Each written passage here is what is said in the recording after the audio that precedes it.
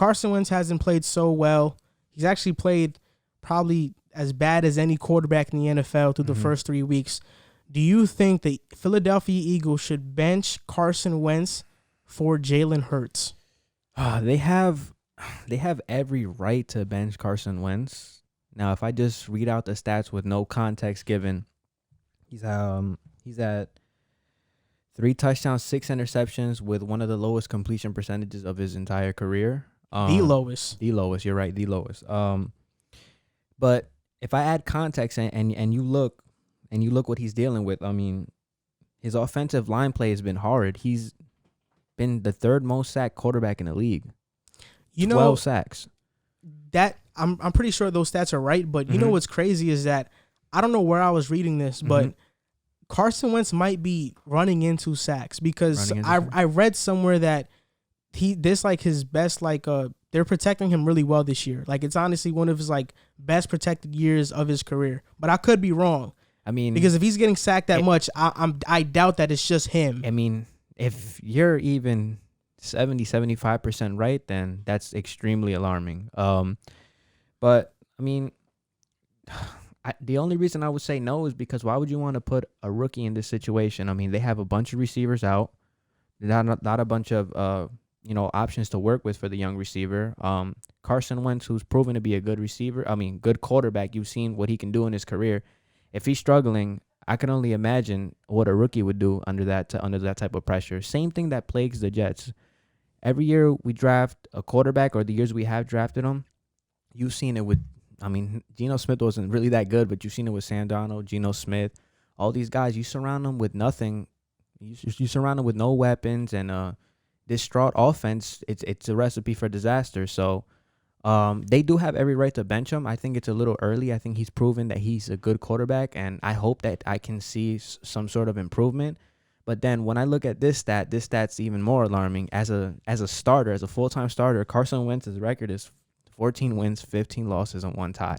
So for the sake of Carson Wentz, he has to start producing soon. Wait, 14 wins, 15 losses, and what, like the last? And 1 tie.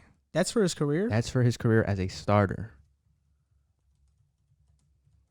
Maybe wrong, but I'm pretty sure that's... Yeah, because I'm thinking like Carson Wentz played way more than that, but let me check. Let's see. I think I saw that online.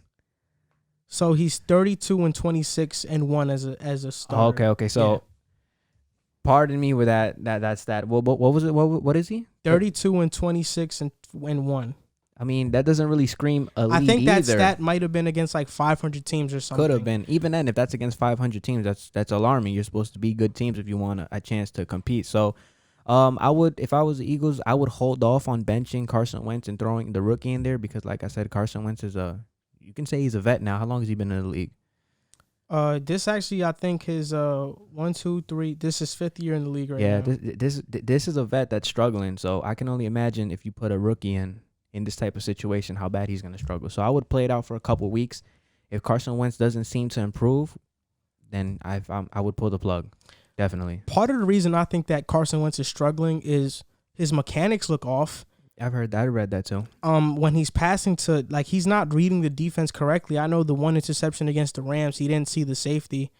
He should have never threw that post to Arcega-Whiteside. Mm-hmm. And sometimes he just misses the easiest passes. I mean, like check downs or screens. It'd be like 10 yards in the air, like up.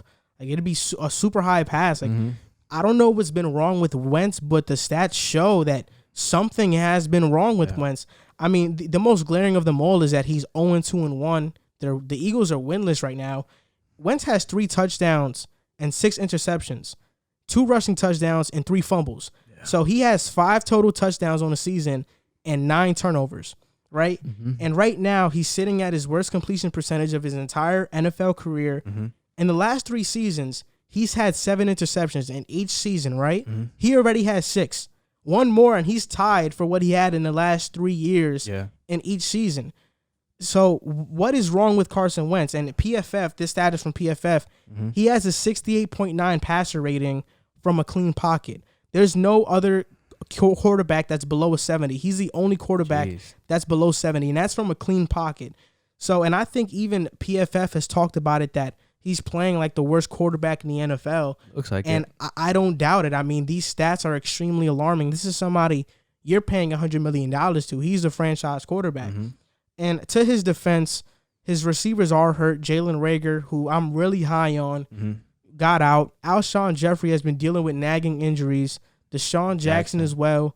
So, I mean, I think to end off the game the other day, they had like Greg Ward and Arcega-Whiteside and a bunch of these guys, and they have two good tight ends in Zach Ertz and Dallas Goedert, but tight ends aren't going to really win you games in that offense. Maybe if it was San Francisco, they could, because San Francisco's offense is oriented around tight ends, but Philadelphia's isn't. But to the question, I wouldn't bench Wentz yet because, like you said, why would you put Jalen Hurts in this situation? But not only that, you've invested so much into Carson Wentz. If you bench him, it's over. Yeah. You cannot put him back in. It's over. You can't put him back in. So the Eagles have to be 100% sure in Jalen Hurts and how good he's going to be if they were to bench Wentz. What I could see happening in Philadelphia is a situation similar to what happened in the 49ers and when they went on their Super Bowl run, I think in 2010 or 2011, when Alex Smith was playing lights out, which is different than this case because Carson Wentz is playing horrible. Yeah, he's playing horrible. But he got hurt. And then Colin Kaepernick, a young quarterback, came in to the Super Bowl and was phenomenal. And I'm not saying Jalen Hurts is going to take him to the Super Bowl, but I'm saying Carson Wentz is injury prone. Yeah, of course. We can't. There's at least a 70% chance Carson Wentz gets injured, and God forbid he doesn't, because we want everybody to stay healthy. But if Jalen Hurts comes in when Wentz gets hurt and he balls out, this is going to be his team. Yeah, for sure. This is going to be his team. But I think Jalen Hurts still, he should use a year to learn. I think he's going to be a good quarterback. He can run. He's a dual threat quarterback. He's a pretty good passer. But I think it would just benefit Hurts if he were to sit a year and not have this pressure. Yeah. Because, I love Jalen Hurts' character, but I also feel like putting him in that situation will put a lot of pressure on him. When the Eagles selected Hurts in the draft, I was kind of surprised because I always thought Carson Wentz was a good quarterback. He had an MVP caliber season, but how much he's regressed is really alarming. And I didn't really agree with the draft pick last year when they selected Hurts in the draft.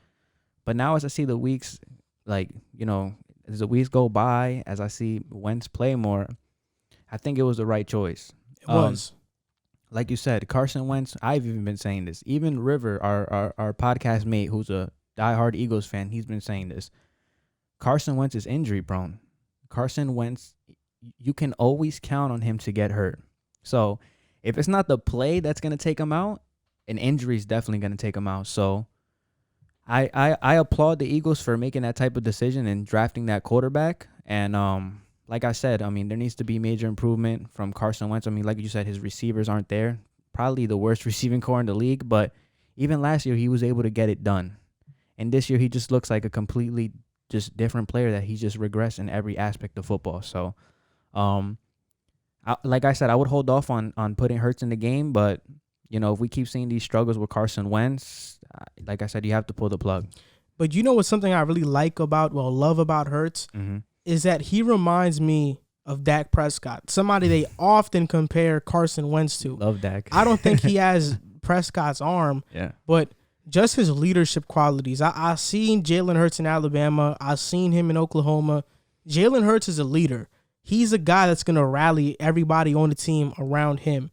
And that's one of the biggest knocks on Carson Wentz is that you allow Nick Foles to kind of split the locker room, and they're kind of, hesitant whether they want Carson Wentz to really be the leader. Yeah. People really don't rally around Carson Wentz.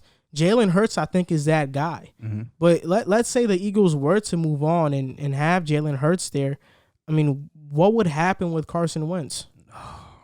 See, that'd be really tough because if he's playing this bad and an organization gave up on somebody who was once a franchise quarterback, and they're paying a lot of money. They're paying him a lot of money. He has a really bad contract for the level of play that he's been playing right now.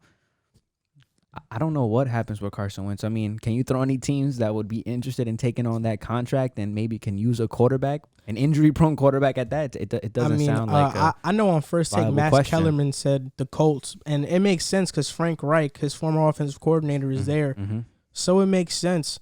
But for the quarterback's sake and for Carson Wentz's sake, I hope it doesn't happen because I think, not to just talk about Dak out of nowhere, but if Carson Wentz, if he gets benched or if whatever, he gets traded, whatever happens, Dallas is not going to want to pay Dak. People are not going to want to pay quarterbacks in general unless you're a Lamar, a Mahomes, a Wilson. And, I'm missing other names, of course, but they wouldn't want to pay you. And that's why I think we should hope as fans that these quarterbacks succeed, because if they don't, a lot of teams are going to really be hesitant on paying quarterbacks down the line.